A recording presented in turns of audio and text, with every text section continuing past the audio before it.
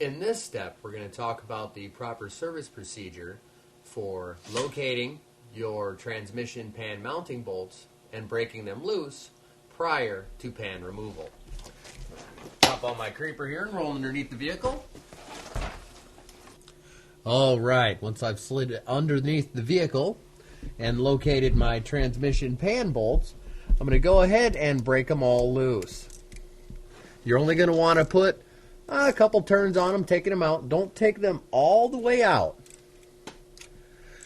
There's nothing holding the transmission pan to the bottom of the trans except these mounting bolts and the gasket.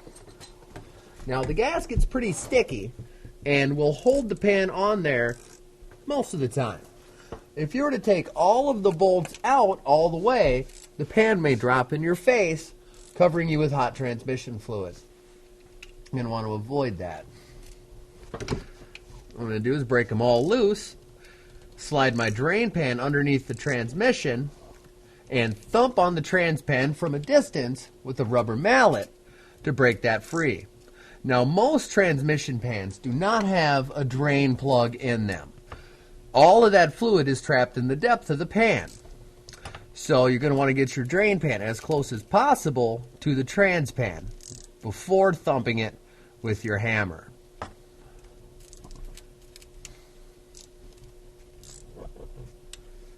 You're going to continue on in the procedure of taking these bolts out all the way around.